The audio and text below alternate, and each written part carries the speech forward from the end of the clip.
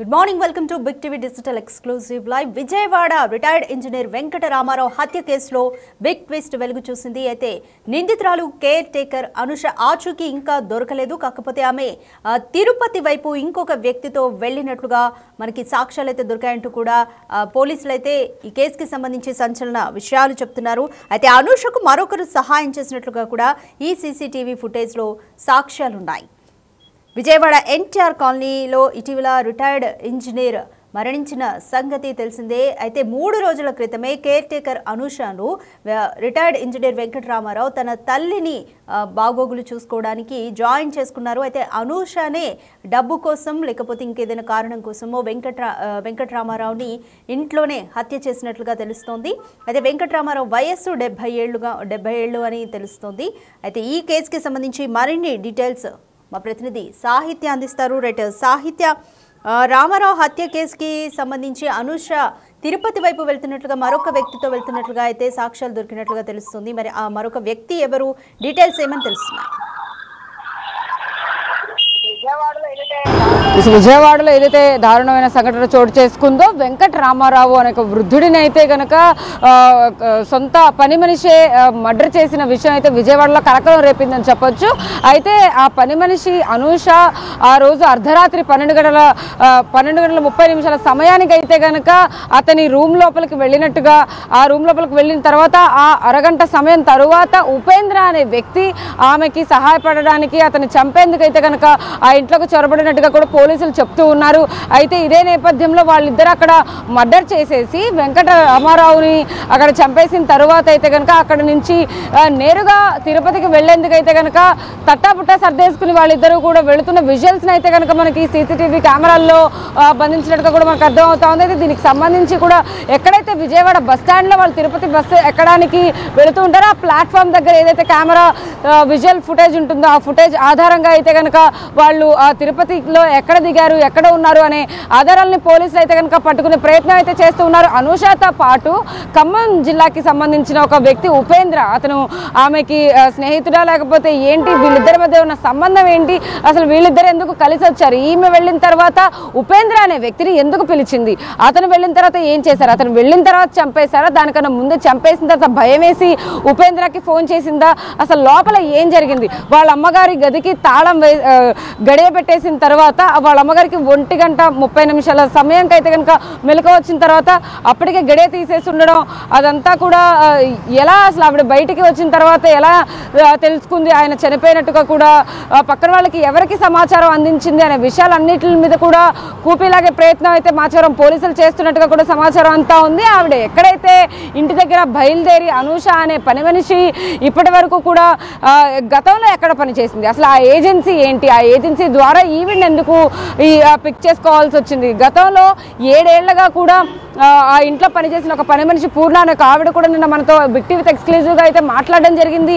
ఆవిడ చెప్పిన ఆధారాల ప్రకారం అయితే కనుక వెంకట రామారావు ఎంతో ఆప్యాయతగా వాళ్ళని చాలా జాగ్రత్తగా చూసుకోవడం కానీ, వాళ్ళకి ఎప్పుడైనా సెలవులు కావాలన్నా ఇవ్వడం కానీ, లేకపోతే ఇంట్లో ఏమైనా వండిని తినండి అమ్మా అని చెప్పి చాలా ఫ్రీడమ్ ఇస్తూ ఉండేవాళ్ళు అని కూడా ఆవిడ చెప్పిన పరిస్థితుల్లో కూడా మిగిలిన సమయంలో ఎప్పుడైతే మానేసిందో పూర్ణ అనే ఆవిడ పాత పని మనిషి, ఆ తర్వాత 3-4 లేడీస్ మారిన తర్వాత ఈ కొత్త ఏజెన్సీ నుంచి కూడా పని మనిషిని ఎవరినైతే తీసుకున్నారో ఆ ఏజెన్సీ ద్వారా ఆ అమ్మాయి అనూష అనే ఆవిడ ఇందులో 3 రోజులు జాయిన్ అవ్వడం, గతంలో ఒక వారం రోజుల క్రితం అక్కడికి వచ్చిన తర్వాత అడ్వాన్స్ డబ్బులు కూడా తీసుకెళ్లిన పరిస్థితి అయితే కనపడుతుంది. ఆమె కొత్త ఫోన్ కూడా కొనుక్కున్నట్టుగా కూడా పోలీసులు నిర్ధారించారు. ఆ ఫోన్లోనే ఆమె ఫోటోలు కూడా ఉన్నాయి. నిన్న మనం ఏదైతే బిగ్ టీవీ స్క్రీన్ పైన ఒక ఫోటో వేసామో అదే డ్రెస్తో ఆమె సీసీటీవీ కెమెరాలో కూడా వెళ్తున్నట్టుగా కూడా పోలీసులు గుర్తించారు. సేమ్ డ్రెస్తో ఆ ఉపేంద్రతో కలిసి ఇద్దరు వెళుతున్నట్టుగా కూడా అందులో గుర్తించారు. అంత లగేజ్ కూడా ఉంది. అనుషతో పాటు ఉపేంద్ర కూడా కాస్త లగేజ్ని పట్టుకున్నాడు. అయితే అందులో డబ్బు, నగదు, ఇంకా ఏవైతే ఆస్తి పత్రాలను కూడా తీసుకెళ్ళినట్టుగా కూడా మనకు సమాచారం అంతా ఉంది. అయితే ఆస్తి పత్రాల విషయం అంటే ఆస్తి పత్రాలు ఖచ్చితంగా ఒకళ్ళ పేరు మీద ఉంటాయి కాబట్టి వీళ్ళకేం సంబంధం, వీళ్ళు ఎలా తీసుకెళ్తారు, వాటిని ఏం చేసుకుంటారు అనే ప్రశ్నలు కూడా తలెత్తుతూ ఉన్నాయి. అనూష అనే వ్యక్తి అసలు ఎక్కడి నుంచి వచ్చేది, ఆమె నులకపేటలో ఉంటూ కూడా నులకపేట నుంచి ఇక్కడికి వస్తుండడం, ఈ 3 రోజుల పాటు కూడా ఆయన్ని ఏదైతే కొన్ని రోజుల నుంచి అబ్జర్వ్ చేస్తూ కూడా బీరువాల్లో కానీ తాళాలు ఎక్కడెక్కడ పెట్టడము అవన్నీ కూడా గమనించి ఉండొచ్చు అనే కోణంలో కూడా పోలీసులు దర్యాప్తు చేస్తూ ఉన్నారు. ఆమె కుటుంబ సభ్యులు ఎవరు, ఏంటి, ఆమె ఎక్కడ నివసిస్తూ ఉంటుంది, ఆమె భర్తకి ఈమెకి ఎందుకు విభేదాలు వచ్చాయి, అసలు ఈవిడ డబ్బు కోసమే ఇలా ఇతన్ని హత్య చేసిందా, లేకపోతే గతంలో ఇంకేమైనా అఘాయిత్యాలు పాల్పడిందా, ఎక్కడైనా దొంగతనాలు చేసిందా అనే విషయాలపైన కూడా పోలీసులు కూపిలాగే ప్రయత్నం అయితే చేస్తున్నారు. ఏదేమైనప్పటికీ కూడా విజయవాడలో ఏదైతే ఘోరాతి ఘోరమైన సంఘటన చోటు చేసుకుందో ఆ సంఘటన గురించి అయితే కనుక అందరూ దీని గురించే మాట్లాడుకున్న పరిస్థితి అయితే ఉంది. ఎందుకంటే చాలా మంది చాలా జాగ్రత్తగా పని మనుషుల్ని పిక్ చేసుకుని వాళ్ళని అపాయింట్ చేసుకుంటూ ఉంటారు. అదే నేపథ్యంలో బయట తెలిసిన వాళ్ళకంటే అంటే ఎలా ఉంటారు ఏంటి అనే అనుమానాలు ఉంటాయి కాబట్టి ఖచ్చితంగా ఏజెన్సీ ద్వారా అయితే ఒక సెక్యూరిటీ ఉంటుంది. వాళ్ళని మళ్ళీ ప్రశ్నించడానికి వాళ్ళు ఏమైనా తప్పు చేసినా కానీ లేకపోతే ఇంకొకటి ఎక్కడైనా ఏమైనా పోయినప్పటికీ కూడా వాళ్ళకి చెప్పుకోవడానికి ఉంటుంది కాబట్టి ఏజెన్సీ ద్వారానే వీడిని అపాయింట్ చేసుకున్నట్టుగా కూడా మనకు సమాచారం అంతా ఉంది. అయితే ఆ ఏజెన్సీ ఏంటి అనేది కూడా బయటికి రానివ్వడం లేదు. ఆ ఏజెన్సీ ఏంటి, అసలు ఆ ఏజెన్సీ ద్వారా ఎందుకు ఎవరు రిఫర్ చేశారు, ఆ ఏజెన్సీ ముందు నుంచే ఇతనికి తెలుసా, వెంకటరామారావుకి వాళ్ళ అమ్మగారికి కేర్ టేకర్గా పెట్టిన నేపథ్యంలో అసలు వాళ్ళ అమ్మగారిని ఒంటి మీద బంగారం కానీ మిగిలిన వాటి మీద కూడా ఏమైనా కన్నేసిందా, ఎన్ని రోజుల నుంచి వీళ్ళతో మంచిగా ఉండడానికి ప్రయత్నిస్తోంది, అసలు ఎవరి ద్వారా వచ్చింది, ఎక్కడి నుంచి వచ్చింది అనే వివరాలన్నింటినీ కూడా పోలీసులు అయితే కనుక సేకరిస్తూ ఉన్నారని చెప్పొచ్చు. అయితే ఈ ఉపేంద్ర అనే వ్యక్తి ఎవరు, అసలు ఉపేంద్రాని ఎందుకు పిలిచింది, ఆ అరగంట సమయం పాటు వరకు అతను ఎక్కడెక్కడ తారసలాడాడు, ఆ అమ్మాయి అనూష లోపలికి చొరబడిన తర్వాత ఇంట్లోకి వెళ్ళిన తర్వాత వెంకటరామారావుతో ఏమైనా డిస్కషన్ జరిగిందా, అసలు వెంకటరామారావు నొక్కేసేటప్పుడు అరిచారా, గొడవ ఏమైనా జరిగిందా అనే విషయాలపైన అన్నిటిని కూడా చుట్టుపక్కల ఇంటి వాళ్ళకు కూడా ఎవరికైనా అరుపులు వినపడతాయి కాబట్టి వాటి గురించి కూడా అడిగే ప్రయత్నం అయితే చేస్తూ ఉన్నారు. వాళ్ళ అమ్మగారు ఎక్కువ వయస్కురాలు కాబట్టి 92-95 ఏజ్ ఉంటుంది కాబట్టి ఆవిడ రూమ్లో నుంచి కదలలేని పొజిషన్లో అయితే ఉన్న నేపథ్యంలో వీటి వెంకటరామారావు పైన దాడి ఏమైనా చేశారా, దాడి చేసిన తర్వాత బెడ్ మీద పడేసి అలా దిండుతో నొక్కేసి చంపేశారా, చంపేసిన తర్వాత ఉపేంద్రకు చెప్పిందా లేకపోతే ఉపేంద్ర వచ్చిన తర్వాతే చంపేసిందా అనే విషయాలన్నింటినీ కూడా పోలీసుల దర్యాప్తులో ఇంకా తేలాల్సింది. అయితే విజయవాడ నుంచి కూడా నిన్న అక్కడ ఘోరాతి ఘోరమైన సంఘటన రైట్ సాహిత్య తన అనూషని వర్క్లో జాయిన్ చేసుకునే ముందు అసలు వాళ్ళ అమ్మగారు కానీ వెంకటరామారావు కానీ ఎటువంటి తన డీటెయిల్స్ తీసుకున్నారు, అలాగే జాయిన్ కేవలం 3 రోజులే అంటున్నారు కాబట్టి 3 రోజుల్లో కూడా తన నడవడిక ఎలా ఉంది అనేది రామారావు గారు అమ్మగారు ఏం చెప్తున్నారు?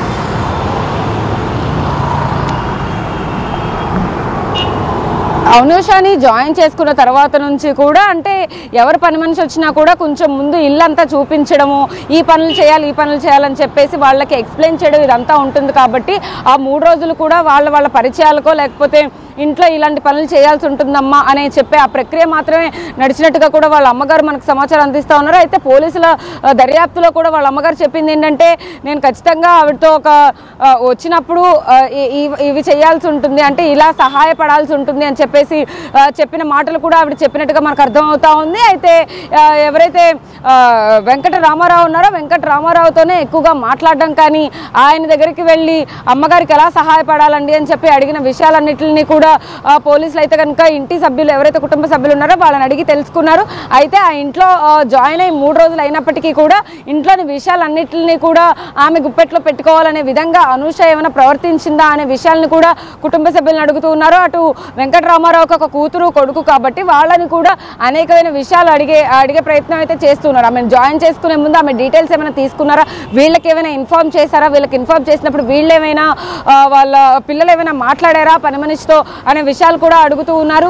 అయితే ఇప్పుడు విజయవాడ నుంచి తిరుపతికి బస్సులో బస్సు ఎక్కడానికి విజయవాడ బస్ స్టాండ్లో ఏదైతే సీసీటీవీ ఫుటేజ్ ఆవిడ వెళుతున్న దృశ్యాలను అయితే కనుక పోలీసులు పసిగట్టారో అక్కడ నుంచి కూడా ఖచ్చితంగా ఆమె ఏం చేయబోతుంది, ఎక్కడికి వెళ్ళింది, ఎక్కడ తలదాచుకుంది, ఎక్కడికి పారిపోయింది అనే విషయాలపైన కూడా పోలీసులు అక్కడ తిరుపతి పోలీసులతో కనెక్ట్ అయ్యి వాళ్ళతో కూడా ఇన్ఫర్మేషన్ తెప్పించే ప్రయత్నం అయితే చేస్తూ అదుపులోకి తీసుకున్న తర్వాత సాహిత్య అనూష వెళ్ళేటప్పుడు తనతో పాటు ఇంటి నుంచి ఎటువంటి విలువైన వస్తువులను దొంగిలించి తీసుకెళ్ళింది, అంటే చీరలు తీసుకెళ్ళిందని విన్నాము, నగదు, అలా ఎటువంటి విలువైన వస్తువులు తీసుకెళ్ళింది?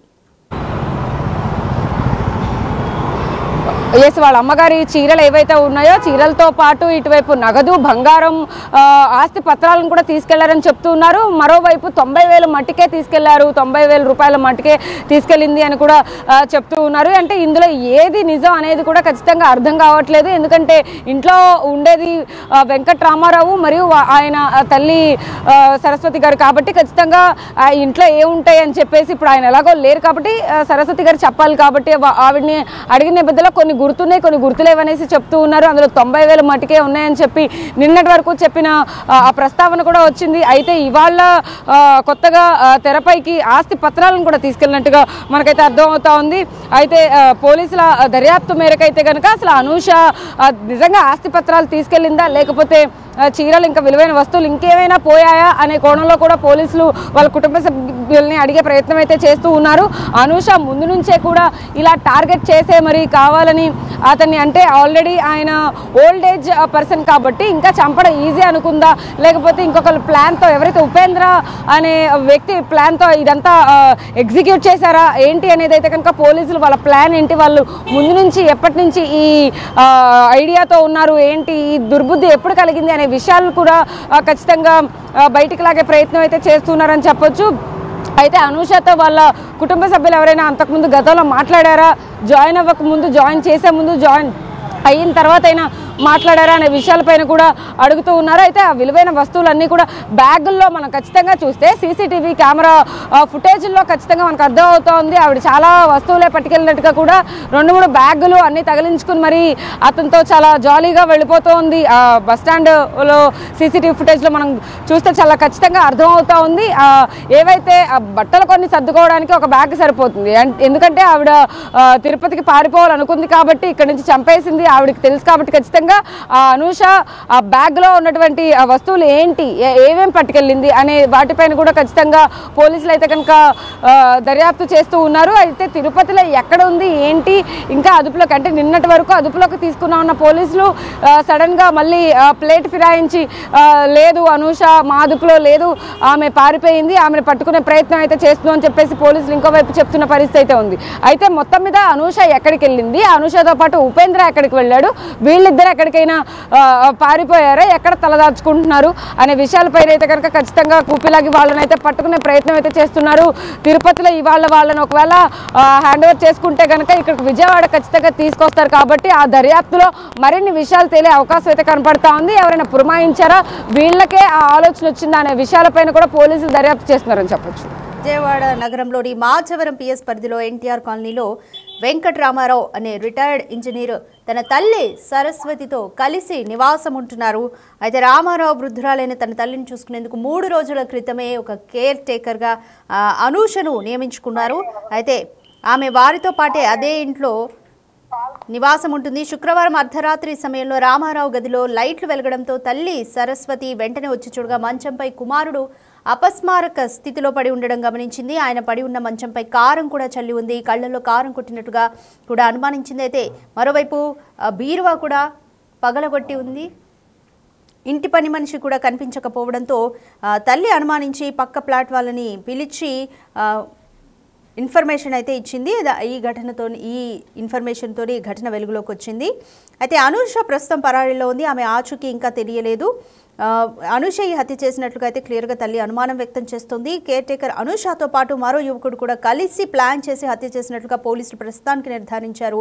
సీసీ కెమెరా ఫుటేజ్లో కూడా అనూషతో పాటు ఇంకొక యువకుడు కదలికలను కూడా పోలీసులు సాక్ష్యాలుగా గుర్తించారు. హత్య చేసిన తర్వాత అనూష నులకపేటలోని నివాసానికి వెళ్ళినట్లుగా కూడా పోలీసులు గుర్తించారు. అయితే అనూషతో పాటు ఉన్న మరో యువకుడు వీళ్ళిద్దరి కోసం కూడా పోలీసులు గాలిస్తున్నారు. అయితే మృతుడు రామారావు వాళ్ళ అన్న కూడా ఈ ఘటన గురించి మాట్లాడారు. వాళ్ళ అన్న ఏమన్నారో చూద్దాం.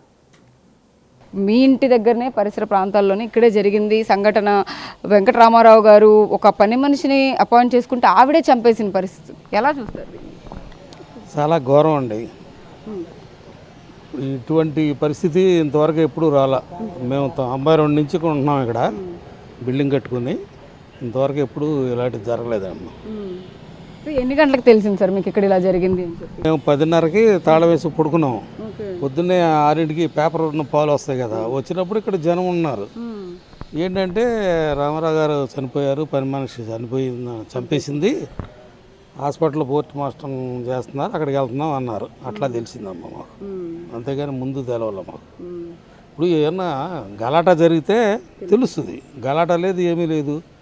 మరి వాళ్ళు ఏం మాట్లాడుకున్నారు మరి 2 రోజులు 3 రోజులు అయిందంటున్నారు. మరి ఈయనకి ఈ డబ్బు నగలు బంగారం ఉండగానే ఆ అమ్మాయికి ఎలా తెలిసింది అనేది కూడా మనకు ఆశ్చర్యంగా ఉందమ్మా. ఇప్పుడు ఎప్పటి నుంచో ఉన్నవాళ్ళు అయితే ఒక 6 నెలలో, నెల రోజులు, 2 నెలలు ఉంటే ఈ కీసు ఎక్కడ పెడతారు, ఈ ఎక్కడ పెడతారు అనేది తెలుస్తుంది. కానీ ఇది ఆశ్చర్యంగా ఉంది. వచ్చేది 3 రోజులు, 3 రోజుల్లోనే ఇలా జరగటం చాలా బాధగా ఉందమ్మా. ఇంట్లో ఎవరెవరు ఉంటారండి? అంటే రామారావు గారితో పాటు వాళ్ళ అమ్మగారు ఉంటారని. వాళ్ళ అమ్మగారే మెయిన్ అమ్మా. అమ్మగారు ఆయనే ఉంటారు, ఎవరు ఉండరు. పాప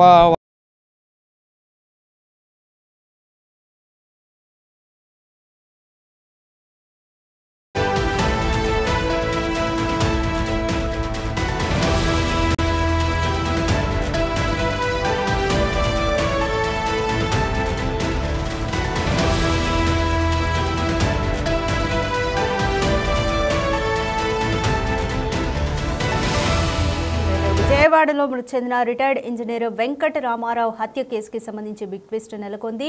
అనుష నిందితురాలు, కేర్ టేకర్ గా జాయిన్ అయిన నిందితురాలు అనుష ఆచూకీ అయితే ఇంకా తెలియలేదు. పోలీసులు ఈ కేసుకి సంబంధించి దర్యాప్తు కూడా వేగవంతం చేస్తున్నారు.